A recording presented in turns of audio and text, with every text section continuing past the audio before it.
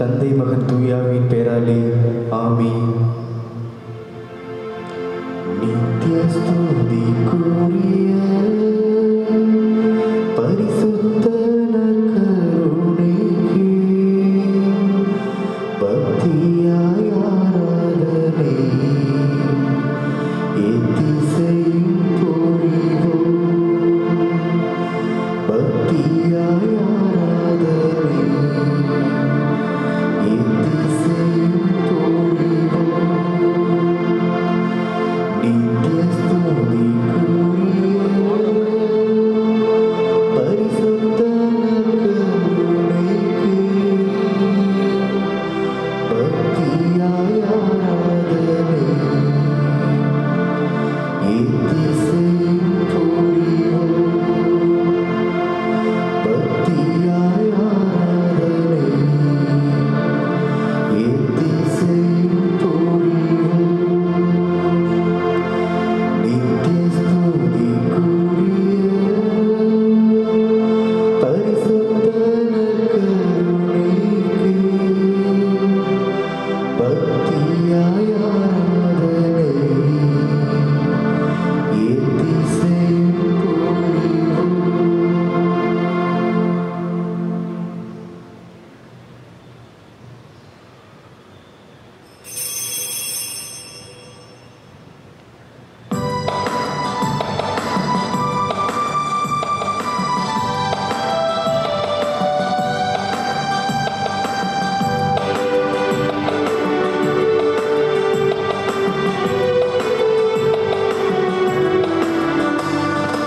அப்பா உமன்பில் ஒன்று கூடினோம், உமது அன்பு வார்த்தை கேட்ப வாழ வருகிறோம்.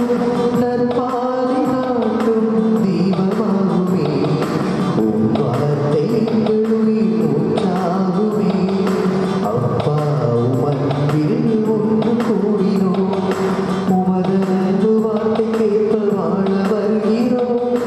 நற்பாதை காட்டும் தீபமாகுமே, உம் வார்த்தை எங்கள் உயிர் மூச்சாகுமே.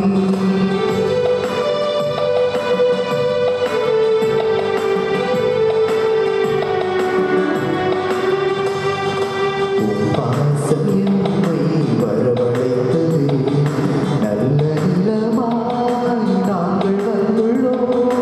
உம் பாசம் எம்மை வரவழைத்தது, நல்ல நிலமாய் நாங்கள் வந்துள்ளோம்.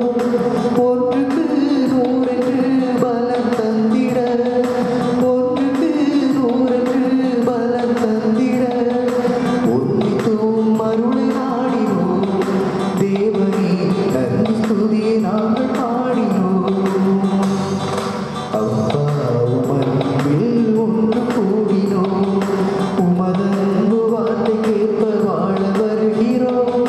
நற்பாதை காட்டும் தீபமாகுமே, உம் வார்த்தை எங்கள் உயிர் மூச்சாகுமே.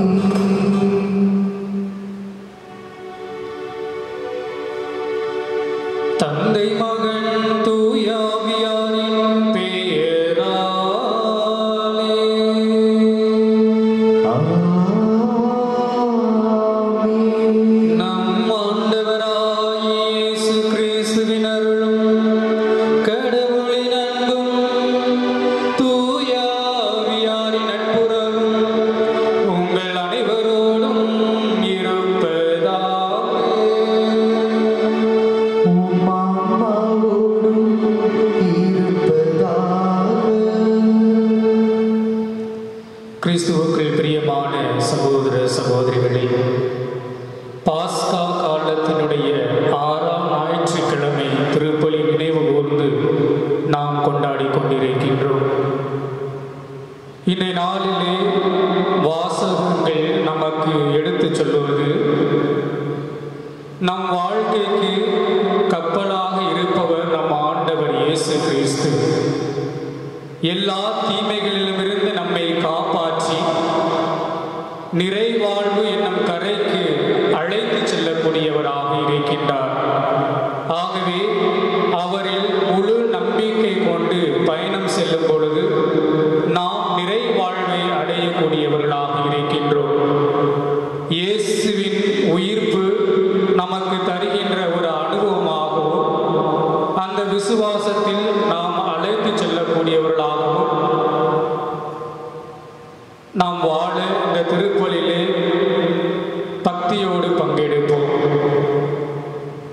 இந்த திருப்பலிலே சிறப்பாக நம்முடைய பங்கு இறை சமூகத்தில் இருக்கின்ற ஒவ்வொரு குடும்பத்தினுடைய கருத்துக்களுக்காகவும் நம்மை ஒவ்வொரு நாளும் நோய் நொடியிலிருந்து நம்மை காப்பாற்றவும் இறைவன் நம் குடும்பத்தை ஆசீர்வதிக்கும்படியாகவும் இந்த திருப்பலிலே நாங்கள் ஒப்புக் கொடுத்து ஜெபிக்கின்றோம். இந்த தூய மறை நிகழ்வுகளை கொண்டாட நாம் தகுதி பெறும் பொருட்டு நாம் பாவங்களை ஏற்று மனம் வருந்தி இறைவனிடம் மன்னிப்பு கேட்போம்.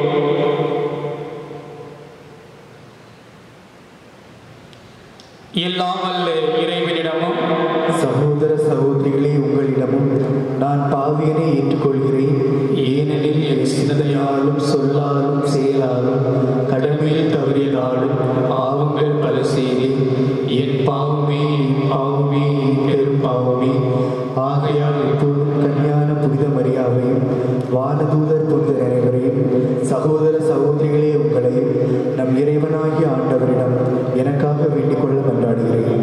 எல்லாம் வல்ல இறைவன் நம் மீது இரக்கம் வைத்து நம் பாவங்கள் குறைகளை மன்னித்து நம்மை நிலை வாழ்வுக்கு அழைத்து செல்வாராக. ஆமென்.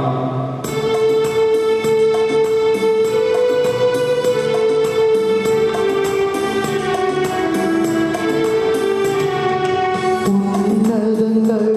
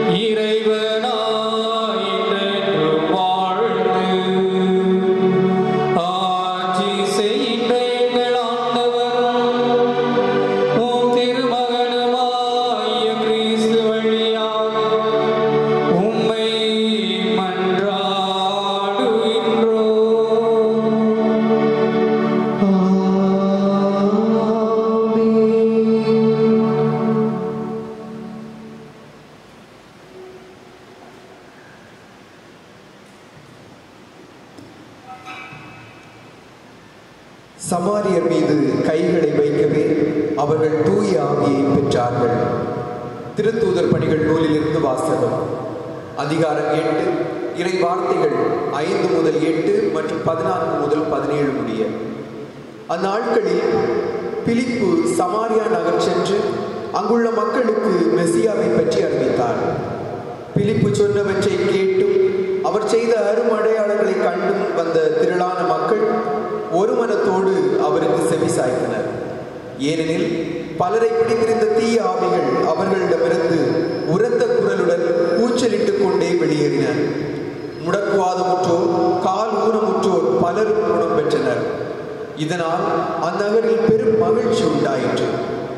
சமாரியர் கடவுளின் வார்த்தையை ஏற்றுக்கொண்டனர் என்பதை எருசலேமில் உள்ள திருத்தூதர்கள் கேள்விப்பட்டு பேதுருவையும் யோவானையும் அவர்களிடம் அனுப்பி வைத்தார்கள். அவர்கள் சென்று சமாரியர் தூய ஆவியால் ஆட்கொள்ளப்படுமாறு இறைவனிடம் வேண்டினார்கள். ஏனெனில் அதுவரை அவர்களுள் யாருக்கும் தூய ஆவி அருளப்படவில்லை. ஆண்டவராகிய இயேசுவின் பெயரால் அவர்கள் திருமுழுக்கு மட்டுமே பெற்றிருந்தார்கள். பின்பு பேதுருவும் யோவானும் தங்கள் கைகளை அவர்கள் மீது வைக்கவே அவர்கள் தூய ஆவியை பெற்றார்கள். இது ஆண்டவர் வழங்கும் அருள்வாக்கு. இறைவனுக்கு நன்றி. பதிலுரை பாடல். பல்லவி. அனைத்துலகோரே கடவுளை போற்றி ஆர்ப்பரியுங்கள். அனைத்துலகோரே கடவுளை போற்றி ஆர்ப்பரியுங்கள். அனைத்துலகோரே கடவுளை போற்றி ஆர்ப்பரியுங்கள்.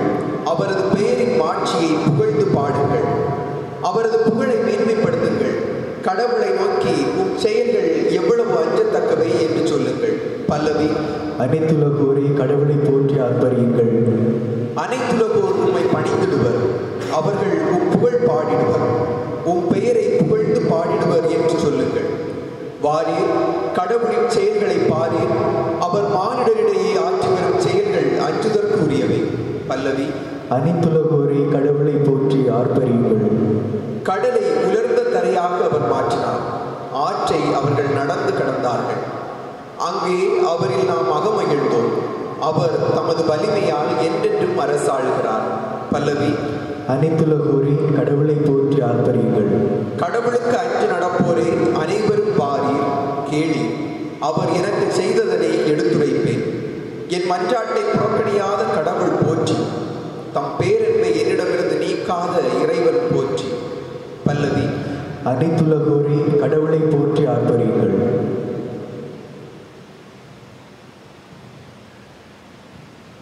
திருத்தூதர் பேதுரு எழுதிய முதல் திருமுகத்திலிருந்து வாசகம். 3ஆம் அதிகாரம், இறை வார்த்தைகள் 15 முதல் 18 முடிய. அன்பிற்குரியவர்களே, உங்கள் உள்ளத்தில் கிறிஸ்துவை ஆண்டவராக கொண்டு அவரை தூயவர் என போற்றுங்கள். நீங்கள் எதிர்நோக்கி இருப்பதை குறித்து யாராவது விளக்கம் கேட்டால் விடையளிக்க நீங்கள் எப்பொழுதும் ஆயத்தமாயிருங்கள். ஆனால் பணிவோடும் மரியாதையோடும் விடையளியுங்கள். உங்கள் மனச்சான்றும் குற்றமற்றதாய் இருக்கட்டும். அப்பொழுது உங்கள் கிறிஸ்தவ நன்னடத்தையை பழிக்கின்றவர்கள் உங்களை இழிவாக பேசியதை குறித்து வெட்கப்படுவார்கள். ஏனெனில் தீமை செய்து துன்புறுத்துவதை விட கடவுளுக்கு திருவுளமானால் நன்மை செய்து துன்புறுத்துவதே மேல். கிறிஸ்துவும் உங்கள் பாவங்களின் பொருட்டு ஒரே முறையாக இறந்தார். அவர் உங்களை கடவுளிடம் கொண்டு சேர்க்கவே இறந்தார். நீதி உள்ளவராகிய அவர் நீதியற்றவர்களுக்காக இறந்தார். மனித இயல்போடு இருந்த அவர் இறந்தார் எனினும் ஆவிக்குரிய இயல்பு உடையவராய் உயிர் பெற்றிருந்தார். ஆண்டவரின் அருள்வாக்கு. இறைவனுக்கு நன்றி.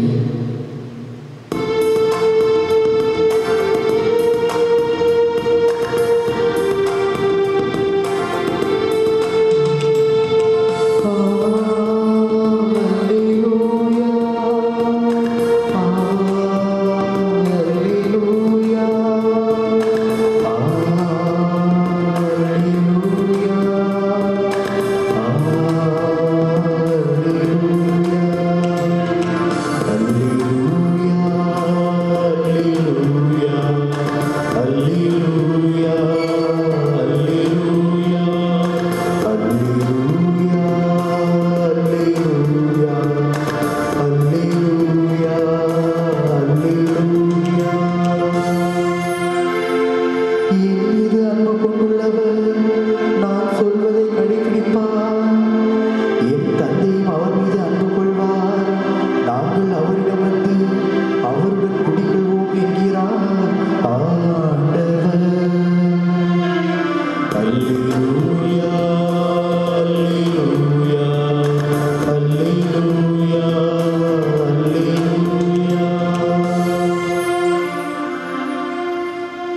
வார்த்தையான இறைவன் உங்களோடு என்றும் இருப்பாராக.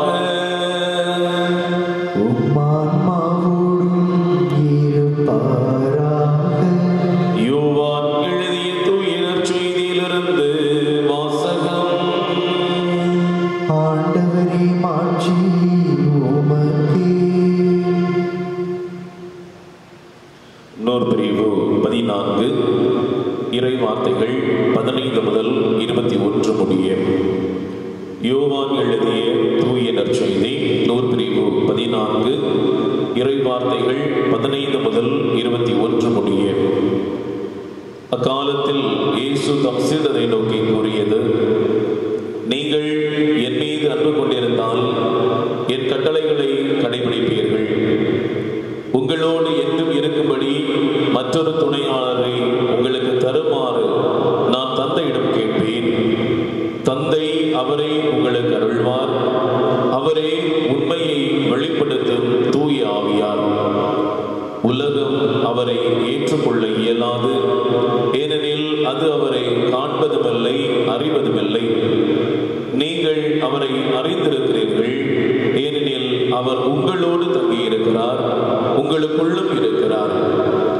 நான் உங்களை திக்கற்றவர்களாக விடமாட்டேன், உங்களிடம் திரும்பி வருவேன். இன்னும் சிறிது காலத்தில் உலகம் என்னை காணாது, ஆனால் நீங்கள் என்னை காண்பீர்கள். ஏனெனில் நான் வாழ்கிறேன், நீங்களும் வாழ்வீர்கள். நான் தந்தையுள்ளும் நீங்கள் என்னுள்ளும் நான் உங்களுள்ளும் இருப்பதை அந்நாளில் நீங்கள் அறிந்து கொள்வீர்கள். என் கட்டளைகளை ஏற்று கடைபிடிப்பவர் என் மீது அன்பு கொண்டுள்ளார்.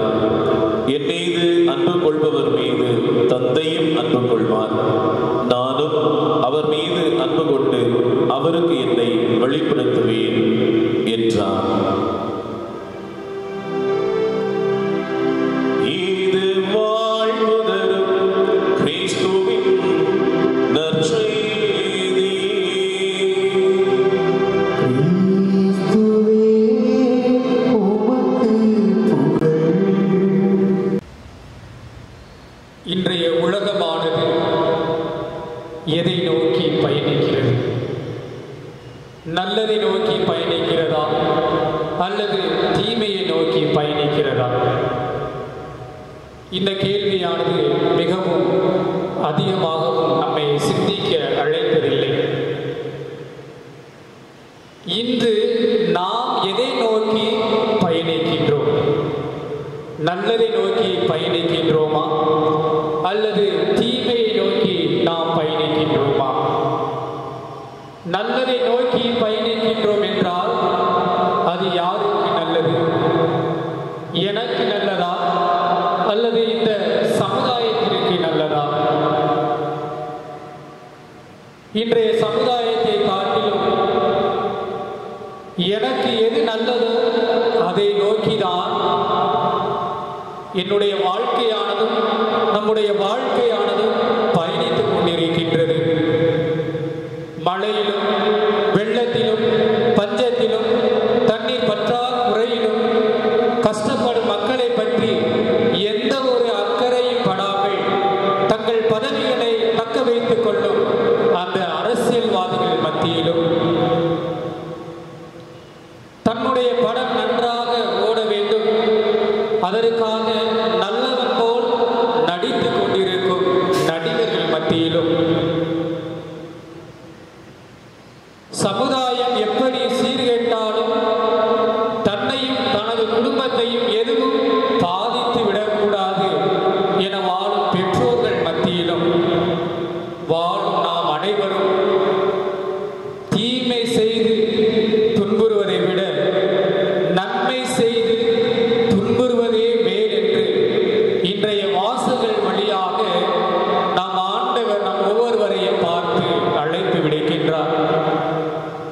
இன்றைய கால சூழ்நிலையில் நாம் பார்க்கின்றோம், எது நன்மை எது தீமை என்று பிரித்து பார்க்க முடியாமல் நம்முடைய சமுதாயம் வளர்ந்து ஓங்கிக் கொண்டிருக்கின்றது. ஆனால் இந்த தருணத்திலே தீமை செய்து துன்புறுவதை விட நன்மை செய்து துன்புற்றவர்கள் வாழ்ந்த மனிதர்கள் ஏராளம்.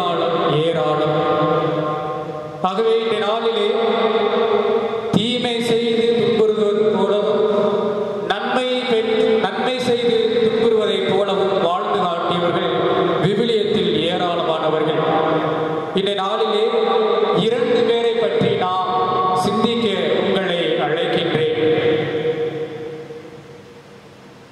தான் மக்களை படைத்து வழிநடத்துவதற்காக கடவுளால் தேர்வு கொள்ளப்பட்டு அருள் பொழிவு செய்யப்பட்டு மனிதன் சமுதாயத்தை பற்றி அக்கறை இல்லாமல் தன்னிடம் ஒப்படைக்கப்பட்ட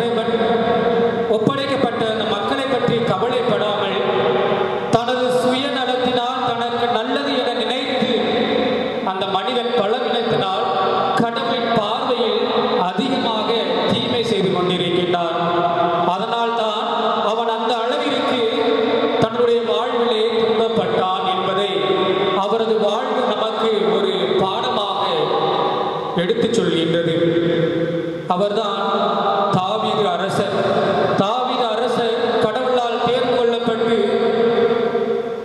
அருள் பொழிவு செய்யப்பட்டு மக்களை வழிநடத்தும் அரசராக அவர் பதவி ஏற்கின்றார். அரசன் எவ்வளியோ மக்களும் அவ்வளியே என்பார்கள். ஆனால் இந்த அரசன் நன்றாக இருந்திருந்தால் அந்த நாடும் நன்றாக இருந்திருக்கும், அந்த ஊரும் நன்றாக இருந்திருக்கும். ஆனால் இங்கு வேலியே பயிர் மேய்ந்த ஒரு கதையாக அரசன் தவறு செய்யக்கூடியவராக இருக்கின்றார். தாவீது அரசன் போர் செய்ய வேண்டிய நேரத்தில் அங்கு பத்சேபா என்னும் ஒரு பெண்மணியை பார்க்கின்றால். அவள் அடுத்தவனுடைய மனைவி என்று தெரிந்தும் அவள் மீது ஆசைப்பட்டு அவளுடைய கற்புக்கு களங்கம் ஏற்படுத்துகின்றார். அவளுக்கு ஒரு ஆண் மகள் பிறக்கப்படுகின்றது. அப்பொழுது தாவீது அரசருக்கு துன்பமேல் துன்பமாக அவருடைய வாழ்விலே வந்திருக்கின்றது. கடவுளுக்கு எதிராக தீமை செய்து விட்டதை உணர்ந்த தாவீது அன்று முதல் அந்த குழந்தை இறக்கும் வரை துன்பப்பட்டு கொண்டிருந்தான். தன்னுடைய தவற்றிற்கு உண்ணால் நோன்பிருந்தும் தரையில் படுத்து தூக்கம் கொண்டாடுகின்றான். தீமை செய்தால் சந்தோஷம் கிடைக்கும் என்று நினைத்தவன் அவருடைய வாழ்விலே பல துன்பங்களையும் தீமைகளையும் ஆண்டவர் அவருக்கு கொடுத்து கொண்டிருந்தார். ஆகவே இவர் தீமை செய்து ஒரு துன்புற்ற மனிதராக இருக்கின்றார். அடுத்ததாக நாம் விவிலியத்திலே பார்க்கின்ற பொழுது நன்மை செய்து துன்புற்ற மனிதன் ஊஸ் என்னும் நாட்டிலே வாழ்ந்து வந்த மிகப்பெரிய ஒரு பணக்கார ஒரு விவசாயி. இவர் 7 ஆண் பிள்ளைகளையும் 3 பெண் பிள்ளைகளையும் பெற்று சந்தோஷமாக வாழ்ந்து வந்தவர். இவர் நேர்மையானவர், மாசற்றவர். ஆனால் இவருடைய வாழ்விலே நாம் பார்க்கின்றோம், ஆண்டவர் இவரை ஆசீர்வாதங்கள்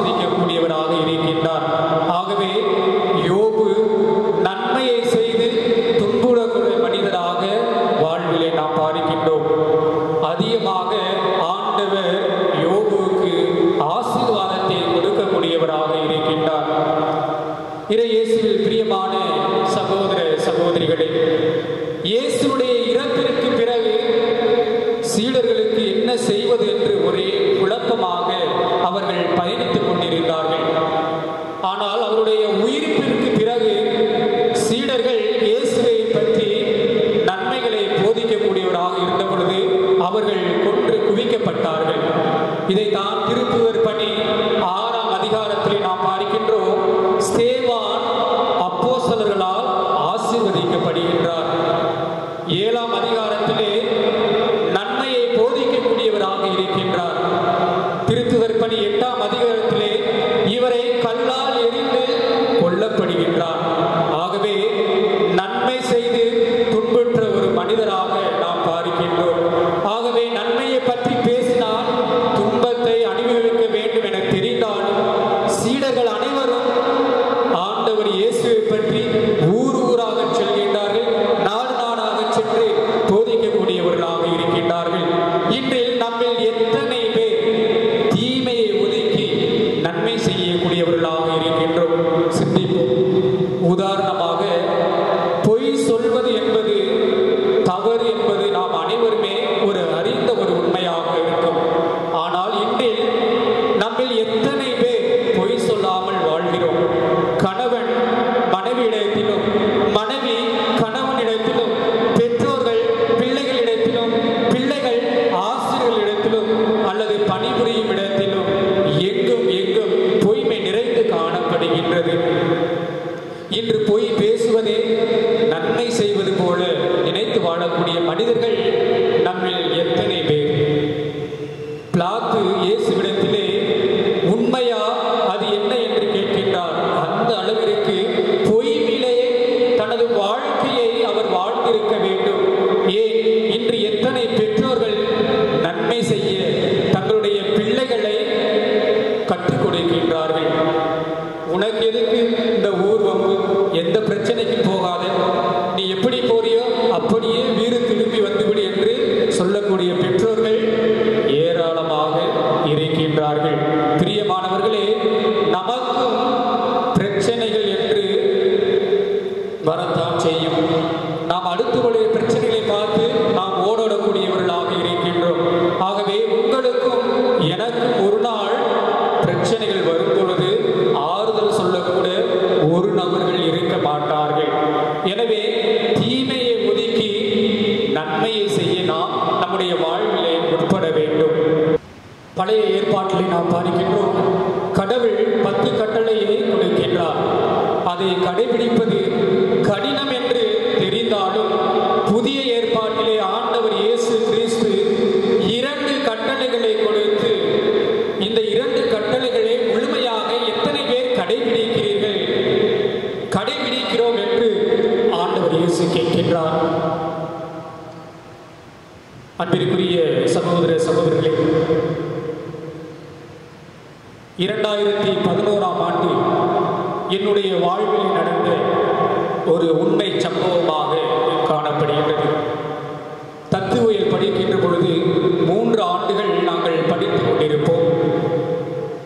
அந்த 3 ஆண்டுகளிலும் ஒவ்வொரு ஆண்டும் ஒவ்வொரு அனுபவங்களுக்காக நாங்கள் அனுப்பப்படுவோம். அதே போல 3ஆம் ஆண்டு நான் பயின்று கொண்டிருக்கின்ற பொழுது மதுரையிலே எங்களை அனுப்பி வைத்து, நீங்கள் 20 நாள் உங்களுடைய அனுபவங்களை பெற்று நீங்கள் மீண்டும் கல்லூரிக்கு திரும்ப வேண்டும் என்று எங்களுடைய அதிபர் தந்தை எங்களை அனுப்பி வைத்தார். எங்களுடைய கையில் எந்த ஒரு பணமும் காசும் கொடுக்க மாட்டார்கள். 20 நாட்கள் நாங்கள் அங்கே இருந்து உழைக்க வேண்டும். எப்படியாவது நாங்கள் வேலை தேடி 3 நேரத்திற்கு உணவுகள் நாங்கள் பார்த்து கொள்ள வேண்டும். இப்படி நான் முதல் நாள் இறங்கிய போது ஒவ்வொரு கடையாக அழைத்தேன். எனக்கு வேலை கிடைக்கவில்லை. 2வது நாள் அழைத்தேன். ஆரப்பாளையத்தில் ஒரு ஹோட்டலிலே வேலை செய்ய எனக்கு ஒரு கிடைத்தது வாய்ப்பு. அப்பொழுது நானும் காலை 5 மணி முதல் இரவு 9 மணி வரை அந்த ஹோட்டலில் வேலை செய்து கொண்டிருந்தேன். செய்து கொண்டிருக்கின்ற பொழுது அந்த ரோட்டோரத்திலே ஒரு பரட்டை முடி கொண்டு பிச்சைக்காரனை போல் அழுக்கு உடை அணிந்து அங்கே படுத்து கிடந்தார். அப்பொழுது நான் அந்த கடையை விட்டு ஹோட்டலை விட்டு வெளியில் வருகின்ற பொழுது அவருடைய உணவை நான் பார்க்கின்றேன்.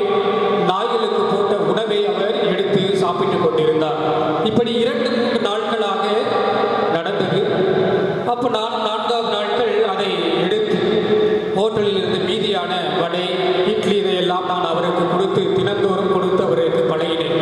அவரும் என்னோடு ஒரு நண்பராக பழகினார். இப்படி நாட்கள் கடந்தன. அவருடைய வாழ்விலும் மாற்றங்கள் வந்தன. அவர் என்னை பார்த்து,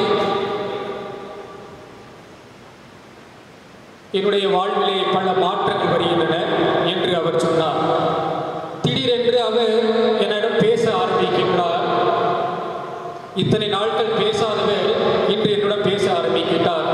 என்னுடைய பெயர் சுரேஷ். நான் ஒரு பணக்கார வீட்டிலே பிறந்தவன். நான் வீட்டிற்கு செல்ல பிள்ளை என்று சொன்னார். அப்ப நான் உடனே கேட்டேன், நீங்கள் எதற்கு இப்படி மாறுவீர்கள் என்று கேட்டவுடன், என்னுடைய நண்பர்கள் கெட்டவனாக இருந்தார்கள். என்னுடைய நண்பர்கள் கெட்டவனாக இருந்ததனால் என்னுடைய வாழ்வானது இந்த நிலைமைக்கு நான் ஆளாக்கப்பட்டிருக்கிறேன் என்று சொன்னார். ஒரு நாள் நான் அவரை ஒரு கடைக்கு அழைத்து சென்று அவருக்கு தலையில் இருந்த முடியை வெட்டிவிட்டு ஒரு புதிய உடையை வாங்கி கொடுத்து அவரை அனுப்பிவிட்டேன். முடித்து விடுத்தவுடன் நான் ஆலயத்திற்கு அவரை கூட்டிச் செல்கின்றேன். ஆலயத்திலே அங்கு இருந்த அந்த விவிலிய பகுதியை நான் புரட்டி பார்க்கின்ற பொழுது, தீமை செய்து துன்புறுவதை விட நன்மை செய்து துன்புறுங்கள் என்று அழகாக சொல்லப்பட்டிருந்தது. அந்த வசனத்தை அவர் கேட்டவுடன், நான் இனிமேல் என்னுடைய வாழ்வில் தீமையை அகற்றிவிட்டு நான் நன்மையை செய்கின்றேன் என்று சொன்னார். எனக்கும் 20 நாட்கள் முடிந்து விட்டது. நானும் பேருந்து நிலையத்தில் இருக்கின்றேன். அவரும் அந்த இடத்திற்கு வந்திருக்கின்றார். நான் அவரை கவனிக்கவில்லை. அவர் என்னோடு எனது பெயரை சொல்லி கூப்பிடுகின்றார்.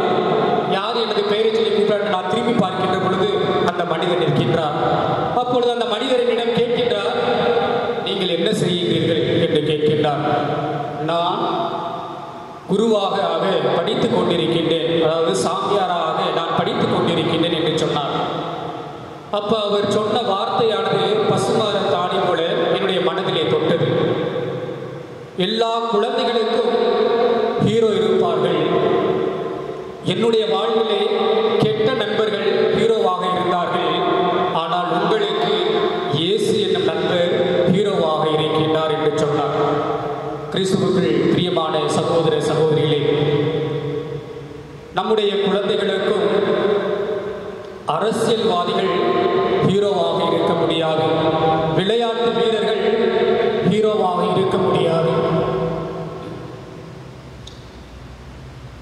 நடிகர்கள் ஹீரோவாக இருக்க முடியாது. மாறாக பெற்றோர்களாகிய நீங்கள் தான் உங்களுடைய பிள்ளைகளுக்கு ஹீரோவாக இருக்க வேண்டும். ஆகவே உங்களுடைய பிள்ளைகளை நன்மையை செய்ய பழகி கற்றுக் கொடுங்கள். ஆகவே இயேசு தன்னுடைய வாழ்விலே துன்பத்தை வாழ்ந்து காட்டி அவர் ஒரு நல்லதொரு வாழ்வை வாழக்கூடியவராக இருந்தார். இன்று நம் ஆண்டவர் இயேசு நாம் ஒவ்வொருவரையும் பார்த்து அழைக்கின்றார். நான் வாழ்கின்றேன், நீங்களும் வாழ்கின்றீர்களா என்று கேட்கின்றார். ஆகவே பிரியமான சகோதர சகோதரிகளே, நாமும் நம்முடைய வாழ்விலே தீமை என்னும் அகங்காரத்தை அகற்றிவிட்டு நன்மை என்னும் செயல்களை பெற்று துன்பங்களை அனுபவிக்கக்கூடியவர்களாக நாம் பயணிப்போம். நாம் தீமையை செய்ய பயணிக்கின்றோமா அல்லது நன்மையை செய்ய பயணிக்கின்றோமா? சிந்திப்போம். ஆமென். எழுந்து நின்று நம்பிக்கையை அறிக்கையிடுவோம். ஒரே கடவுளை நம்புகின்றேன். விண்ணகமும் மண்ணகமும் காண்பவை காணாதவை யாவும் படைத்த எல்லாம் வல்ல தந்தை அவரே. கடவுளின் ஒரே மகனாய் உதித்த ஒரே ஆண்டவர் இயேசு கிறிஸ்துவை நம்புகின்றேன். இவர் காலங்களுக்கெல்லாம் முன்பே தந்தையிடமிருந்து பிறந்தார். கடவுளுக்கென்று கடவுளாக, ஒளி நின்று ஒளியாக, உண்மை கடவுளென்று உண்மை கடவுளாக உதித்தவர். இவர் உதித்தவர், உண்டாக்கப்பட்டவர் அல்ல, தந்தையோடு ஒரே பொருளானவர். இவர் வழியாகவே யாவும் படைக்கப்பட்டன. மனிதர் நமக்காகவும் நம் மீட்புக்காகவும் விண்ணகமிருந்து இறங்கினார். தூய ஆவியாரால் கன்னிமரியாவிடம் உடல் எடுத்து மனிதரானார். மேலும் நமக்காக போந்தி பிலாத்தின் அதிகாரத்தில் சிலுவையில் அறையப்பட்டு பாடுபட்டு இறந்து அடக்கம் செய்யப்பட்டார். மறைநூல்களின்படி 3ஆம் நாள் உயிர்த்தெழுந்தார். விண்ணகத்துக்கு எழுந்தருளி எல்லாம் வல்ல தந்தையின் வலப்பக்கம் வீற்றிருக்கின்றார். வாழ்வோரையும் இறந்தோரையும் தீர்ப்பிட மாட்சியுடன் மீண்டும் வர இருக்கின்றார். அவரது ஆட்சிக்கு முடிவிராது. தந்தையிடமிருந்தும் மகனிடமிருந்தும் புறப்படும் ஆண்டவரும் உயிரளிப்போருமான தூய ஆவியாரை நம்புகின்றேன். இவர் தந்தையோடும் மகனோடும் ஒன்றாக ஆராதனையும் ஆட்சியும் பெறுகின்றார். இறைவாக்கினர்கள் வாயிலாக பேசியவர் இவரே. ஒரே புனித கத்தோலிக்க திருத்தூதர் வழிவரும் திரு அவையை நம்புகின்றேன். பாவ மன்னிப்புக்கான ஒரே திருமுழுக்கை ஏற்றுக்கொள்கின்றேன். இறந்தோரின் உயிர்ப்பையும் வரவிருக்கும் மறுவுலக வாழ்வையும் எதிர்பார்க்கின்றேன். ஆமென். அன்புமிக்க சகோதர சகோதரிகளே, நாம் அனைவரும் கண்களை மூடி கைகளை குவித்து நம்முடைய தேவைகளுக்காக மௌனமாக மன்றாடுவோம்.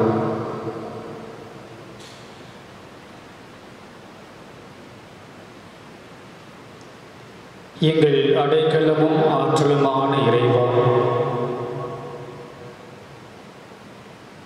கடந்த ஒரு வாரமாக எந்த ஒரு நோய் நொடி இல்லாமல் நல்ல உடல் உள்ள சுகத்தை கொடுத்து எங்களை ஒவ்வொரு நாளும் நீர் பாதுகாத்து பராமரித்து வந்ததற்காக நாங்கள் நன்றி கூறுகின்றோம். அன்பு ஆண்டவரே, இந்த 54 நாட்களாக எங்களை ஒழுக்கிக் கொண்டிருக்கும் கொரோனா அந்த தொற்று நோயிலிருந்து எங்களுடைய வாழ்வாதாரத்தை நாங்கள் இழந்து தவிக்கின்றோம். எங்களுடைய பொருளாதாரத்தை நாங்கள் இழந்து தவிக்கின்றோம். எங்களுடைய குடும்ப நிம்மதியை நாங்கள் இழந்து தவிக்கின்றோம். பிள்ளைகள் கல்வி அறிவை இழந்து தவிக்கின்றார்கள். அன்பு ஆண்டவரே, உமது வல்லமையான கரங்களினால் இந்த உலகத்தையே உலுக்கிக் கொண்டிருக்கும் இந்த தொற்று நோயினை முழுமையாக அகற்றி அல்ல வேண்டும். இந்த நேரத்தில் நாங்கள் ஜெபிக்கின்றோம். அன்பு ஆண்டவரே, இதோ வெளிநாடுகளிலும் உள்நாடுகளிலும் பணி செய்கின்றவர்கள் தன்னுடைய சொந்த ஊருக்கு திரும்ப முடியாமல் அவர்கள் தங்களுடைய குடும்பங்களை நினைத்து தவித்துக் கொண்டிருக்கும் அந்த சகோதர சகோதரி இந்த நேரத்தில் நாம் நினைத்து பார்க்கின்றோம். அவர்கள் ஒருபோதும் உனது தனிமையை அவர்கள் உணராமல் நீர் எப்பொழுதும் அவர்கள் குடிகொள்கிறீர் என்று அவர்கள் உணர்ந்து அவர்கள் எப்பொழுதும் உனது ஆசீர்வாதத்தையும் அருள் வரங்களையும் பெற்றவர்களாக இருக்கும்படியாக இந்த நேரத்தில் நாங்கள் ஜெபிக்கிறோம்.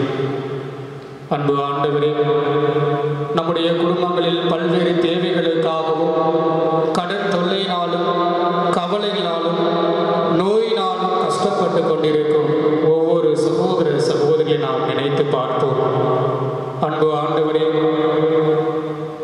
அனைத்து விதமான இந்த கடன் தொல்லையிலும் கவலையிலிருந்து நீர் அவர்களை அகற்றிவிட்டு குடும்ப வாழ்வாதாரத்தில் அவர்களுக்கு நிறைவான அமைதியும் சந்தோஷமும் மகிழ்ச்சியும் கிடைக்க வேண்டும் என்று எங்கள் ஆண்டவராகிய கிறிஸ்து வழியாக உம்மை மன்றாடுகின்றோம். ஆமென்.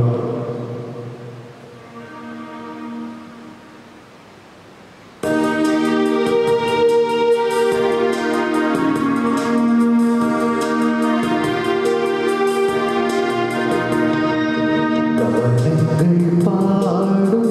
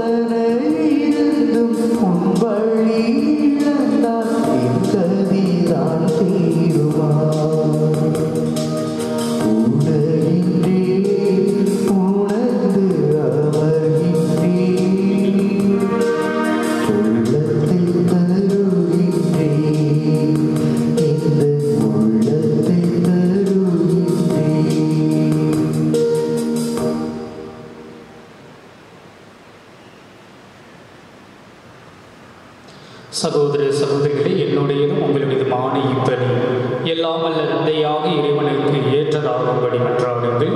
ஆண்டவர் தமது பேரின் புகழ்ச்சிக்காகவும் ஆட்சிக்காகவும் நமது நன்மைக்காகவும் புனித திருவயனத்தின் நலனுக்காகவும் உமது கையிலிருந்து பலியை ஏற்றுக்கொள்வாராக.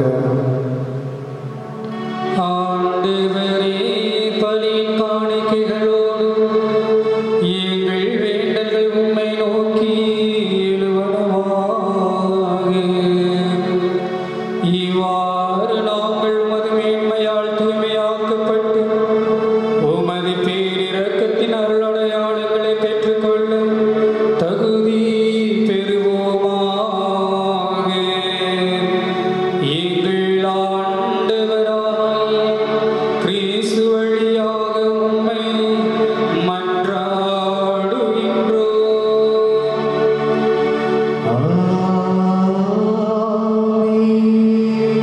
ஆண்டவர் உங்களோடு இருப்பாராக. உம் ஆன்மாவோடும் இருப்பாராக. இதயங்களை மேலே எழுப்புங்கள். ஆண்டவரிடம் எழுப்பியுள்ளோம். நம் இறைவனாகிய ஆண்டவருக்கு நன்றி கூறுவோம். அது தகுதியும் நீதியுமானதே. ஆண்டவரே, தூயவரான தந்தையே, இன்றும் வாழும் எல்லாம் வல்ல இறைவா, எங்கள் ஆண்டவராகிய கிறிஸ்து வழியாக எந்நாளும் எவ்விடத்திலும் நாங்கள் உமக்கு நன்றி செலுத்துவது மெய்யாகவே தகுதியும் நீதியும் ஆகும். எங்கள் கடமையும் மீட்புக்குரிய செயலுமாகும். கிறிஸ்து எங்களுக்காக இன்னும் தொடர்ந்து தம்மை கையளித்து உமது திருமுன் இடையராது பரிந்து பேசி எங்களை பாதுகாத்து வருகின்றார். பலியான அவர் இனிமேல் சாக மாட்டார். கொலை செய்யப்பட்ட அவர் இன்னும் வாழ்கின்றார். ஆகவே பாஸ்கா மகிழ்ச்சி பொங்க அனைத்துலகின் மாந்தர் அனைவரும் மக்களிக்கின்றனர்.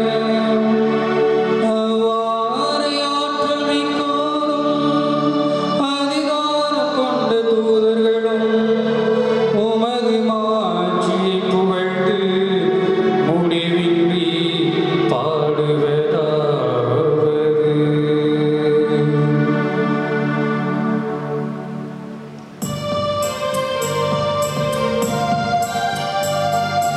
தூயவர், தூயவர், தூயவர், வான்படைகளின் கடவுளாம் ஆண்டவர். விண்ணகமும் மண்ணகமும் உமது மாட்சியால் நிறைந்துள்ளன. உன்னதங்களிலே ஓசன்னா, உன்னதங்களிலே ஓசன்னா. ஆண்டவர் பெயரால் வருகிறவர் ஆசி பெற்றவர். உன்னதங்களிலே ஓசன்னா, உன்னதங்களிலே ஓசன்னா.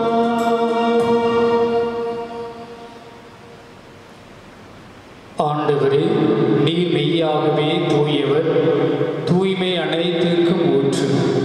ஆகவே உம்முடைய தூய ஆவியை பொழிந்து இக்காணிக்கைகளை தூய்மைப்படுத்த உம்மை வேண்டுகின்றோம்.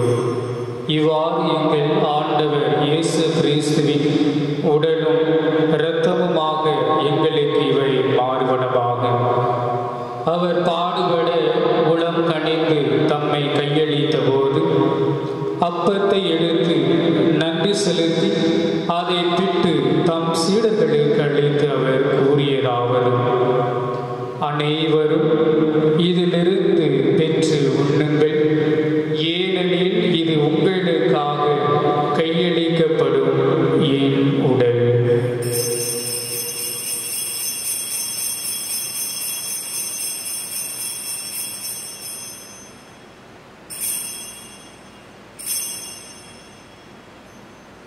அவ்வண்ணமே இரவு விருந்தை அருந்திய பின் கிண்ணத்தையும் எடுத்து மீண்டும் உமக்கு நன்றி கூறி தம் அன்பு சீடர்களுக்கு அளித்தவர் கூறியதாவது: அனைவரும் இதிலிருந்து பெற்று பருகுங்கள்.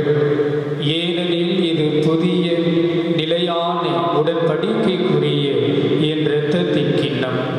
இது பாவ மன்னிப்புக்கென்று உங்களுக்காகவும் பலருக்காகவும் சிந்தப்படும். இதை என் நினைவாக செய்யுங்கள்.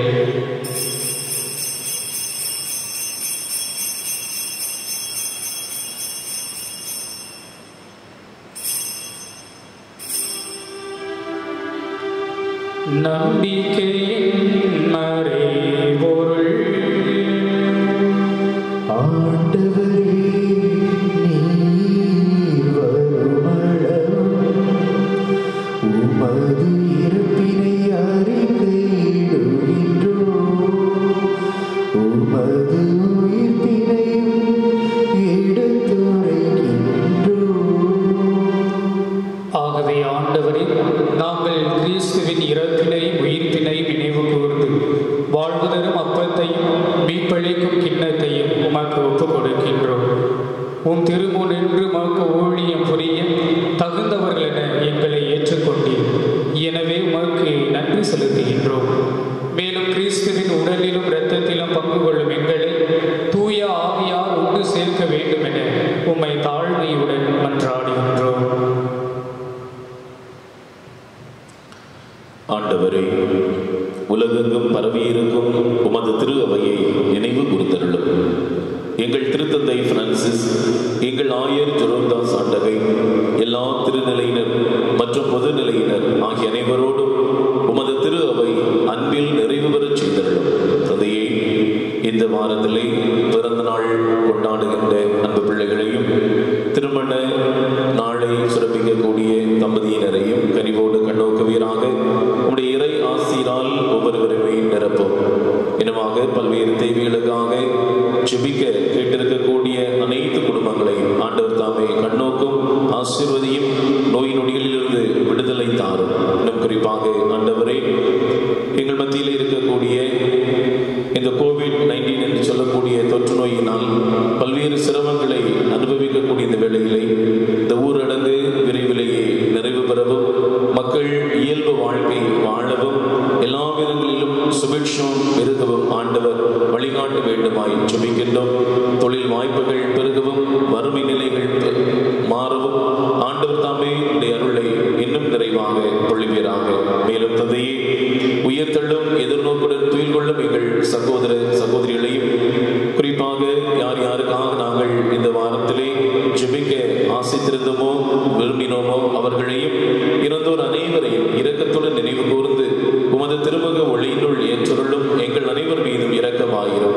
கடவுளின் கனித்தாயான புனித மரியா, அவருடைய கணவரான புனித யோசேப்பு, புனித திருத்தூதர்கள், இவ்வுலகில் உமக்குகந்தவராய் வாழ்ந்த புனிதர் அனைவருடனும் நாங்கள் நிலை வாழ்வில் பங்கு கொள்ளும் தகுதி பெற்று உம் திருமகன் இயேசு கிறிஸ்து வழியாக உம்மை புகழ்ந்தேத்தும் வரவருள உம்மை மன்றாடுகின்றோம்.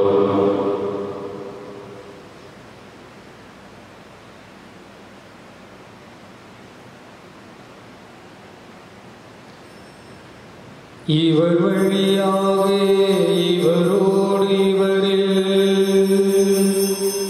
எல்லாம் வல்ல இறைவனாகிய தந்தையே, தூய ஆவியாரின் ஒன்றிப்பில் எல்லா புகழும் ஆட்சியும் என்றென்றும் உமக்கு உரியதே.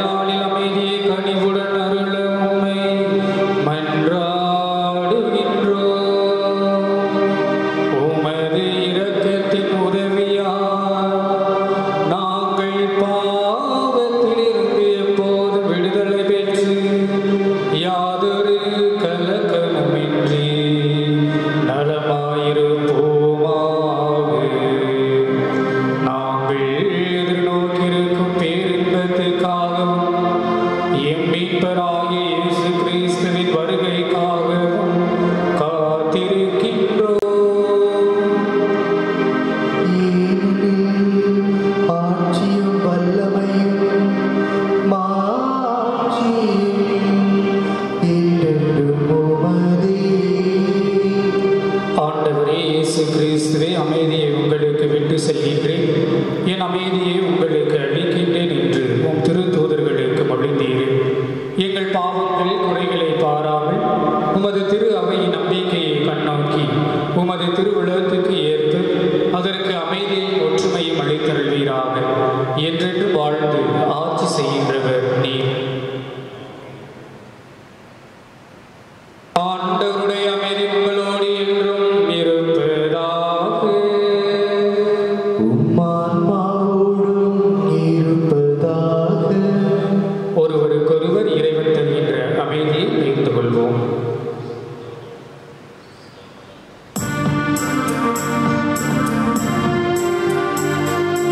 உலகின் பாவம் போக்கும்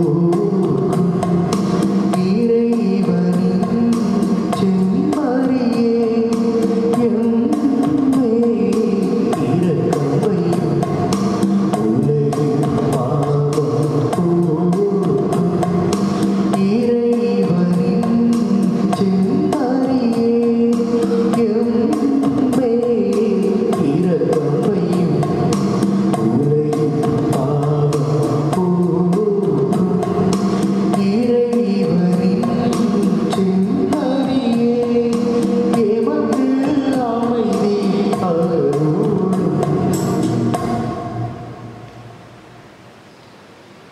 இதோ இறைவனின் செம்மறி, இதோ உலகின் பாவங்களை போக்குபவர். இந்த செம்மறியின் விருந்துக்கு அழைக்க பெற்றோர் பேர் பெற்றோர். ஆண்டவரே, நீர் என் இல்லத்தில் இருந்துள்ள நான் தகுதியற்றவன். ஆனால் ஒரு வார்த்தை மட்டும் சொல்லியருளும், எனது ஆன்மா நலமடையும். கிறிஸ்துவின் திருவுடலும் திரு ரத்தமும் எங்களை காத்து நிலை வாழ்வு அளிப்பதாக. ஆமென்.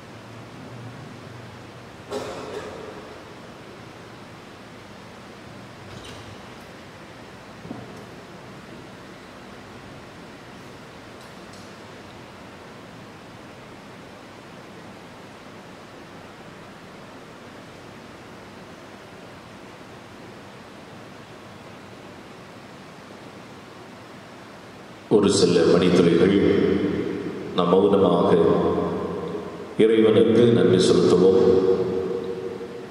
கண்ணிமணி போல நம்மை பாதுகாப்பதற்காக, பராமரிப்பதற்காக, துன்ப வேளையிலும் துயர வேளையிலும் நம்முடைய துயர் துடைப்பதற்காக, நோய் நொடிகளில் நம்மை பாதுகாத்தமைக்காக, வறுமை நிலைகளில் நம்முடைய வறுமையை போக்கியதற்காக, இன்னும் பல்வேறு விதங்களிலே நம்மை ஆசீர்வாதமாக வழிநடத்தியதற்காக இறைவனுக்கு நன்றி செலுத்துவோம்.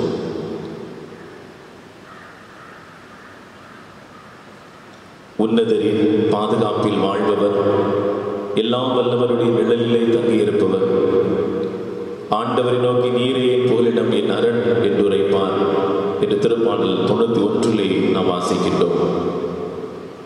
அந்த ஆண்டவருடைய பரிவிரக்கமும், இந்த ஆண்டவருடைய அபரிமிதமான நன்மைத்தனங்களும் எல்லா நாளும் நம்மோடு கூடி வரும்.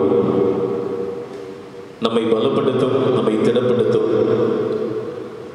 துன்பங்களிலிருந்து, வேதனைகளிலிருந்து, கலக்கங்களிலிருந்து, கண்ணீர்களிலிருந்து நம்மை நலமான வாழ்வை நோக்கி வழிநடத்தும் நம்பிக்கையோடு நாம் நம்மை ஆண்டவரிடத்திலே ஒப்புக் கொடுத்து ஜெபிப்போம்.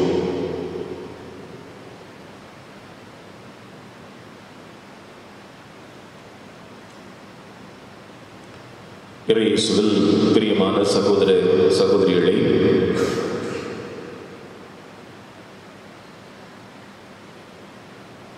கடந்த ஓராண்டாக நம்மோடு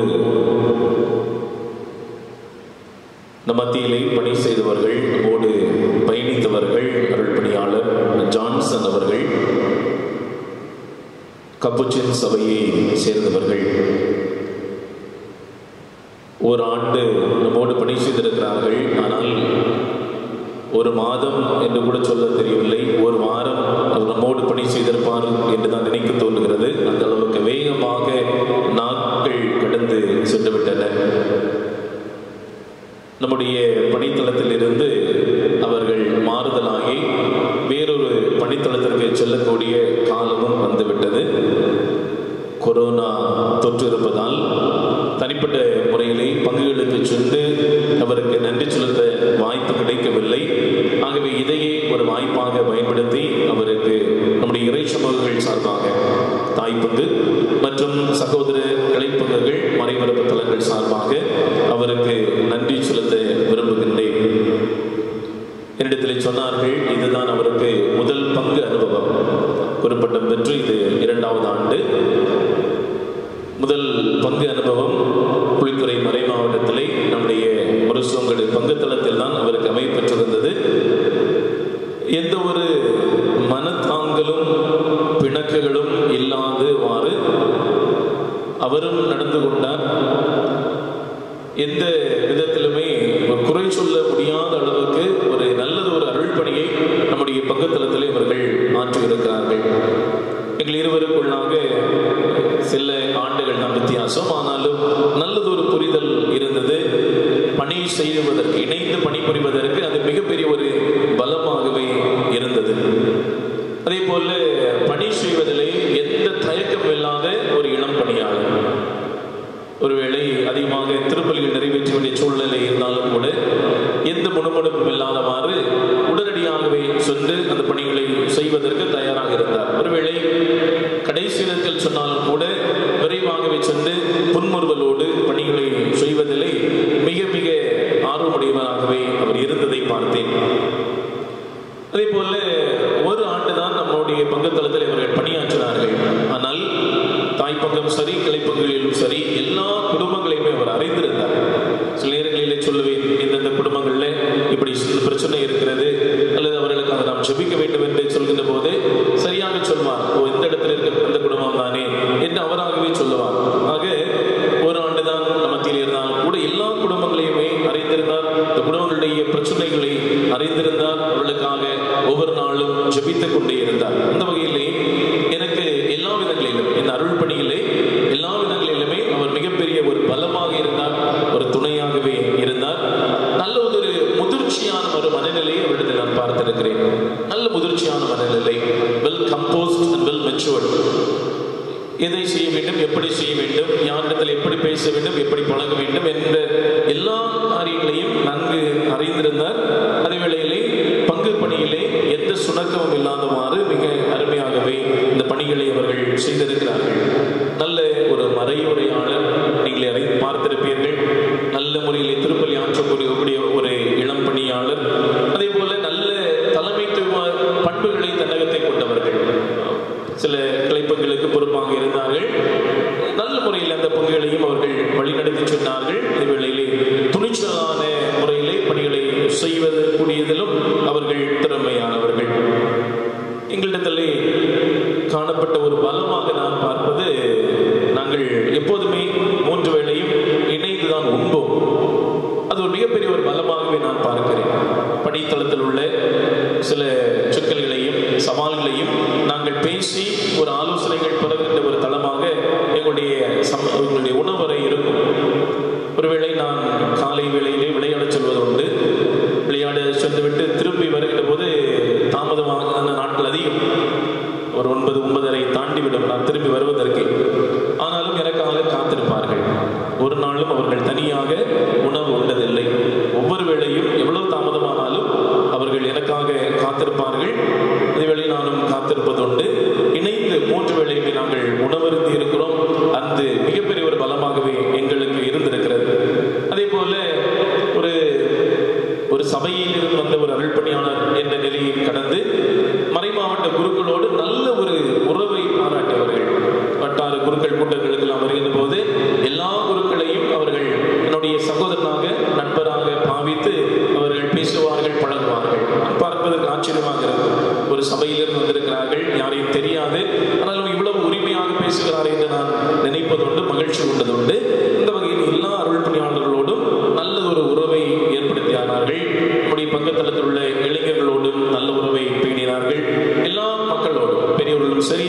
சரி எல்லாரோடும் நல்ல ஒரு உறவை பேணினார்கள்.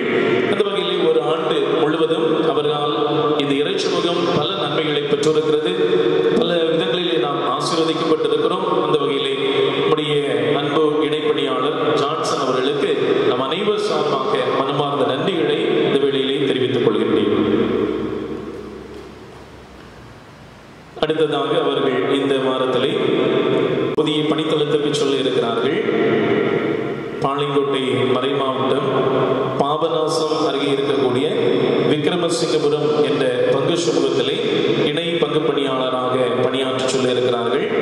அதே வேளையிலே அவர்களுக்கு இங்கே ஒரு பள்ளிக்கூடம் இருப்பதாக சொன்னார்கள். அங்கே ஃபினான்ஷியல் அட்மினிஸ்ட்ரேட்டர் என்ற ஒரு பொறுப்பினையும், அதே போல அவர்கள் இருக்கக்கூடிய அந்த சபை இருக்கக்கூடிய அந்த ஒரு இல்லத்திலே இளம் குருமானவர்கள் இருக்கிறார்கள். அந்த இல்லத்தினுடைய பொருளர் தந்தையாகவும் அவர்கள் பணி செய்ய இருக்கிறார்கள். சொல்லுகின்ற இடங்களிலே திறமையான முறையிலே பணி செய்து அவர்கள் வழியாக அந்த இறை சமூகத்தை, அந்த இறை சமூகத்தையும் அவருடைய சபையும் இறைவன் மேன்மையிலும் ஆசீர்வதிக்க நாம் தொடர்ந்து அவருக்காக ஜெபிப்போம். ஒருவேளை டூருக்கு போகும்போது பாபநாசம் வழியெல்லாம் போகும்போது தந்தை அவர்களை நீங்கள் சந்திக்கலாம். உங்களை அழைத்து விருந்தோம்பல் செய்வதில் அவர்கள் மகிழ்ச்சி கொள்வார்கள். ஆகவே செல்கிற வேளையிலே அவர்களை சந்திக்கலாம். அவர்களுடைய பணித்தளத்திலே சிறப்பான முறையிலே பணி செய்ய நாமும் அவர்களுக்காக தொடர்ந்து ஜெபிப்போம்.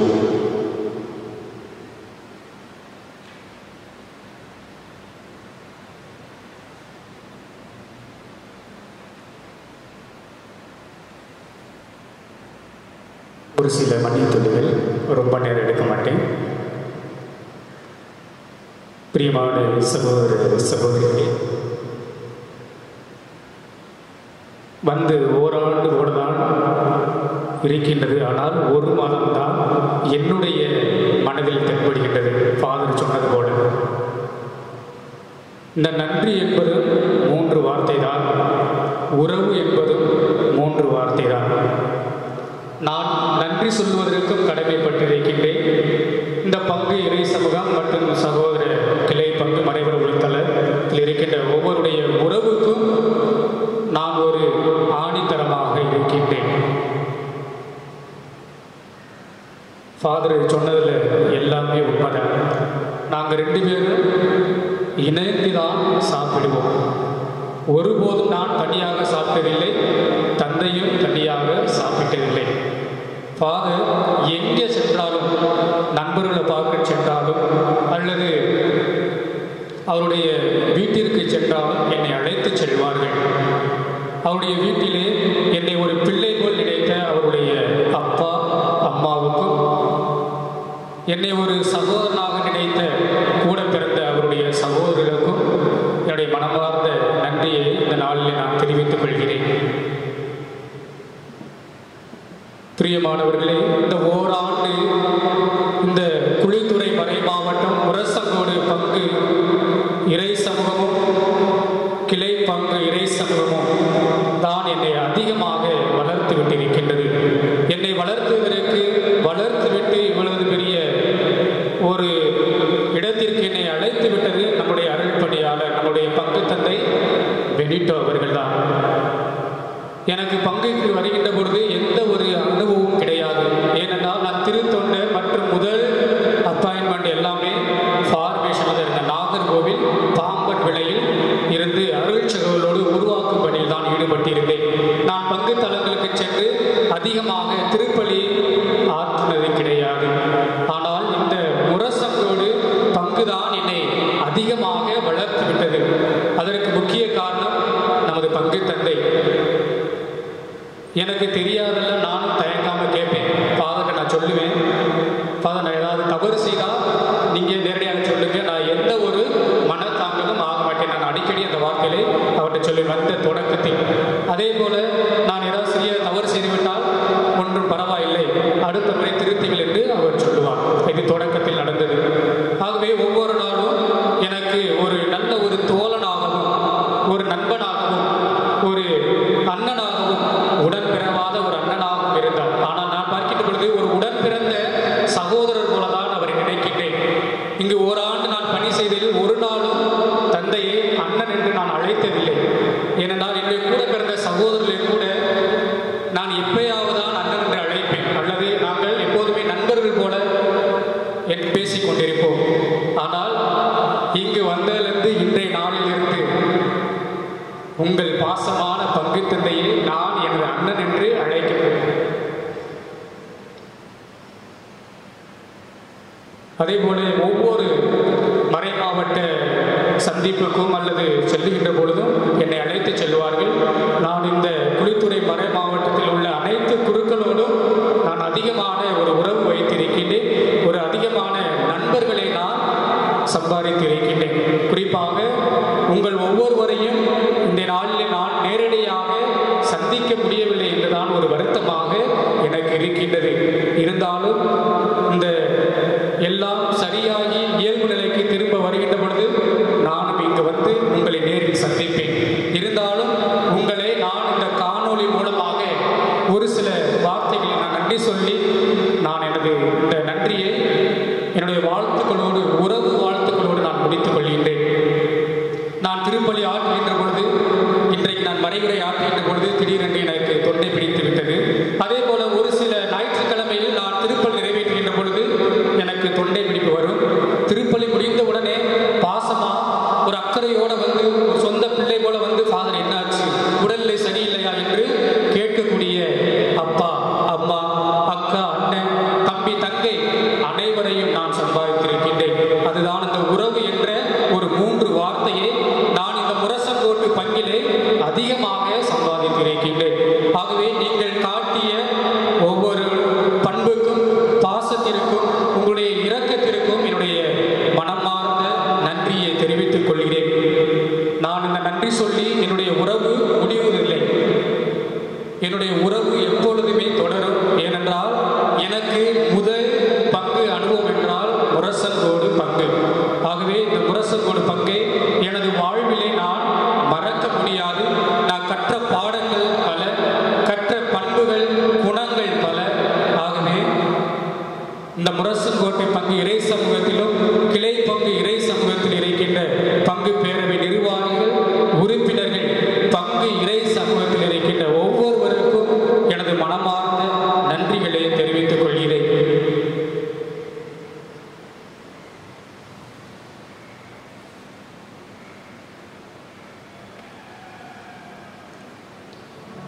நன்றியோடு மன்றாடுவோமாக.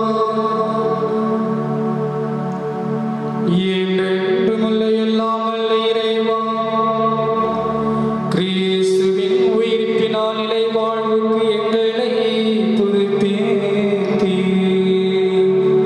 பாஸ்கா அருள் அடையாளத்தின் கனிகளை எங்களில் பெருக செய்து எங்கள் உள்ளங்களில் மீன்படிக்கும் உணவின் ஆற்றலை பொழிந்தருள்வீராக. எங்கள் ஆண்டவராகிய கிறிஸ்து வழியாக உம்மை மன்றாடுகின்றோம்.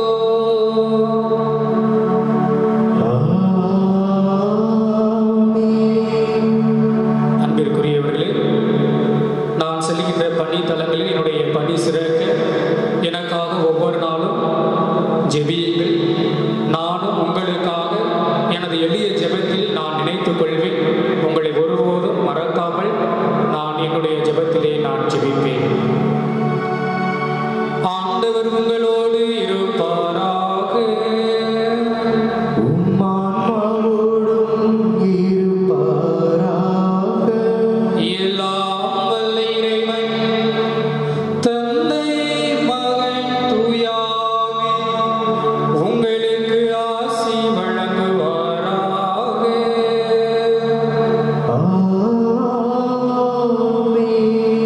செல்வ